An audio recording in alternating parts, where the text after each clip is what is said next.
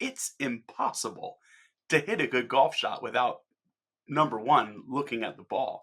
All along, you should be thinking about a myriad of other things like, is my grip right? Am my feet facing the right way? And is my stance okay? Am I close enough to the ball? And keep my left arm straight. Don't over rotate your wrist. I mean, there's a million things that go into golf. That's why it's such a challenging game.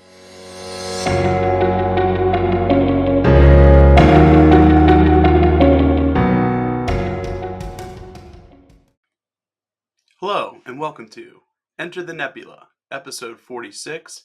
My name's Mike Ergo, and this week we got another sports analogy. We're talking about keeping your eye on the ball. And I'm talking about this because the other day I went out golfing and just had so much going on, so much at work, so much at home, and I played terrible. And I am not a good golfer, but I'd like to think I shoot well enough to hold myself accountable, have some fun, and continue to get better. I've been golfing essentially my entire life, so I'm not bad, but I'm also not great. Every time I hit a bad shot, and not a bad shot that like I normally hit, but like an out of character bad shot, I just kept thinking like, what am I doing? And on the drive home, I thought some more, and I thought more about, the round and what was going on, and I was taking work calls, and then I was doing other things, and I just wasn't paying attention. I think I took some swings where I wasn't even looking at the golf ball. And if you've ever played golf, it's impossible to hit a good golf shot without, number one, looking at the ball. All along, you should be thinking about a myriad of other things like, is my grip right? Am my feet facing the right way? And is my stance okay? Am I close enough to the ball? And keep my left arm straight. Don't over rotate your wrist. I mean, there's a million things that go into golf. That's why it's such a challenging game. But then I started to think about how it translates to both our lives inside and outside the workplace.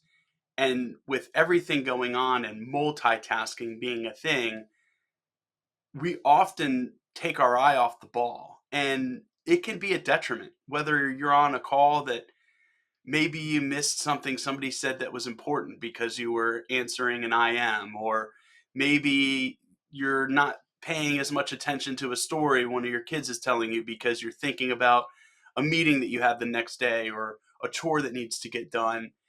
And it's so hard to just take a second and be rooted in the present, especially if you have a brain like mine that's constantly overanalyzing, thinking ahead, planning, making sure that things are getting done. To just make sure to stop and keep your eye on the ball that's right in front of you, the ball that you're playing, I think is important. And sometimes you have to multitask, sometimes you have to think about other things, but it's important to stay rooted. It's important to just take a second in that moment when the swing is happening and keep your eye on the ball.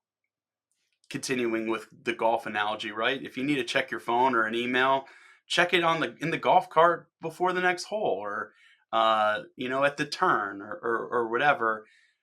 But when you're standing over the ball and you need to swing and make connection and hit it down the fairway, or hit it up onto the green, or make a good putt, block everything out and focus on the ball.